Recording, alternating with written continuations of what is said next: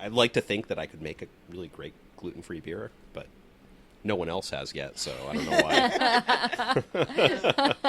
I don't know why I should think that I could do any better, really.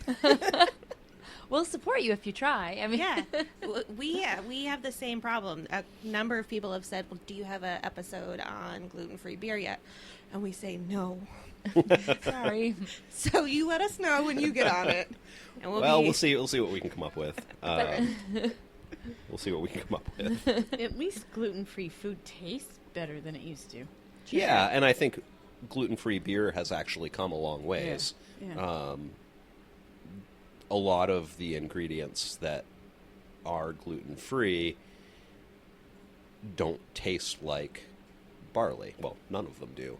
So, the question is, how do you capture that level of flavor that you expect from beer? I mean, I actually think if you think of a lot of gluten-free beers, that if you don't think of them as beer, a lot of them are really actually very good. Mm-hmm. It's just that they're not the same as what you expect from a regular beer, typically. Mm-hmm. So, there are some enzymatic ways to break down the gluten chains, and people have been brewing with barley and breaking them down with these enzymes.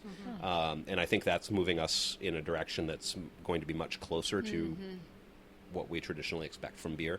Okay. But that's a fairly new process, and I haven't had all of them. It's not something that I seek out. So, right. But hopefully, things will get better for the gluten intolerant Yes. on the beer side. I'm sure it will. Yes. Seeing we completely went off track, I'm going to bring it back. And we've made it to our last round. Round 4, we've had a few drinks, and we lovingly refer to this as 3 sheets to the wind, 3 random questions. Okay. They have nothing to do with beer. Great. Fire. Okay, first question. When you were a young child, 7 or 8, and there was beer around, what was your favorite cartoon? Tom and Jerry. Boom, just like that. No question. Still my favorite cartoon. Yeah? Really? Although there are some others now, more adult-themed, but still love Tom and Jerry. Who was your favorite, Tom or Jerry? I always kind of sided with Tom. He's the cat. Yeah. Okay. I was trying. I was like, I think it's the cat. There's always great music Yeah. in Tom and Jerry. A lot of really kind of cool progressive jazz sometimes. Oh, yeah. It was cool. Yeah, it's a great cartoon. It is. Yeah, I always throw up a couple episodes from YouTube. So I'll look for some good ones with jazz in it. Yeah, this is great. Some great. I'll send you my favorites. How about that? That sounds Yes. perfect. And our listeners can check them out on our show notes as long as you get them to me by Friday. Okay. I can do that. Perfect. Fantastic. Our second question is, what song do you have stuck in your head right now?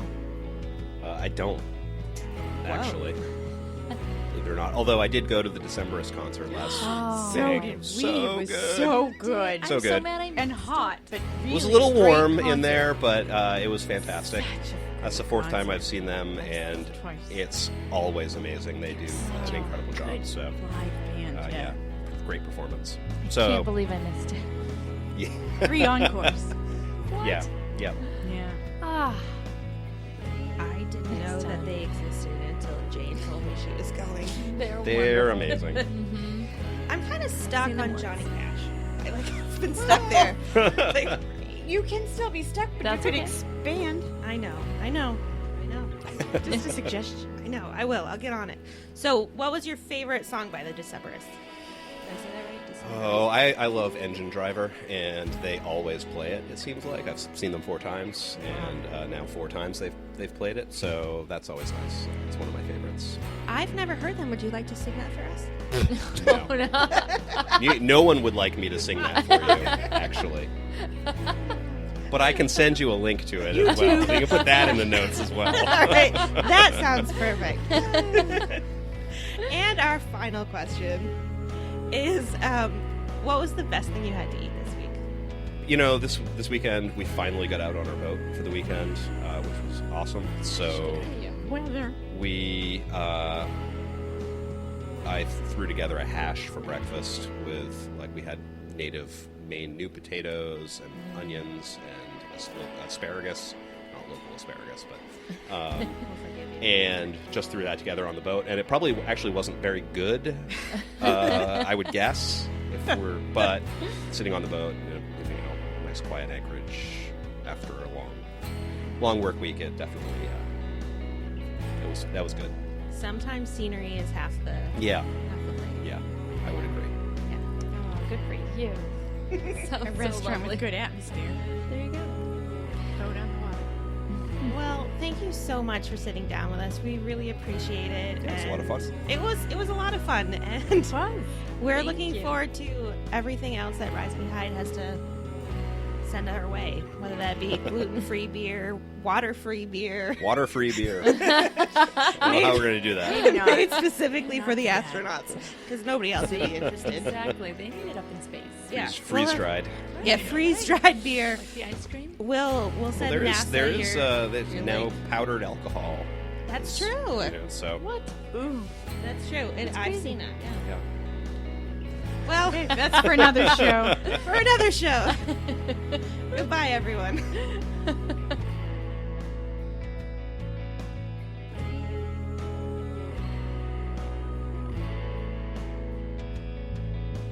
The scenery is half of listening to a podcast as well.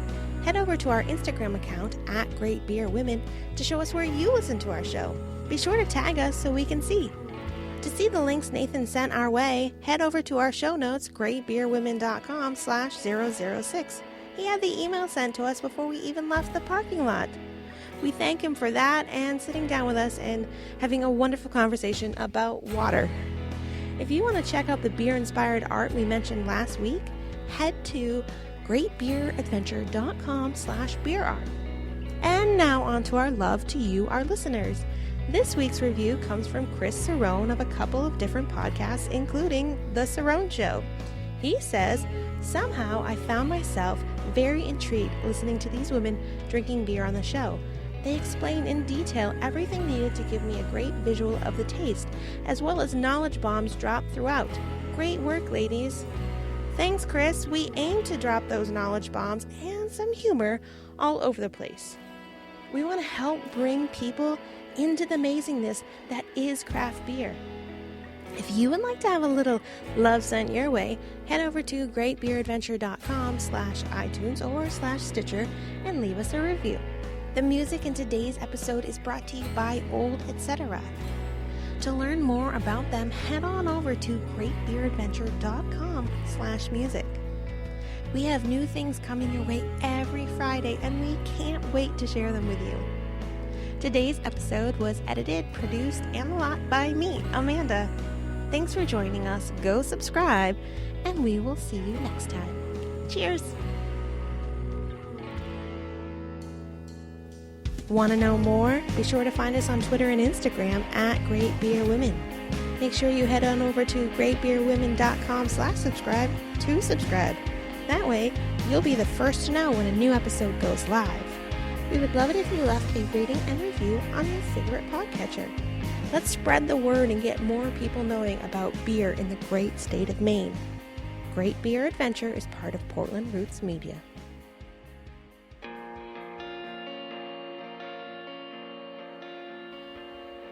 Today's outtakes are a little different. They are from one of our practice days. Hope you enjoy. Move around and talk into it at different places so you can kind of hear.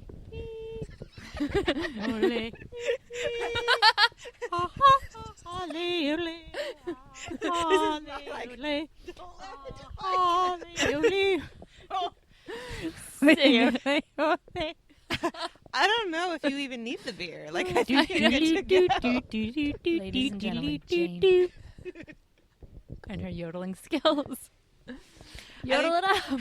Our next meetup that we do could just be karaoke with Jane. Yes. And the sound of music. And I'll just sit back and watch because I'm not singing. Next up, Chitty Chitty Bang Bang.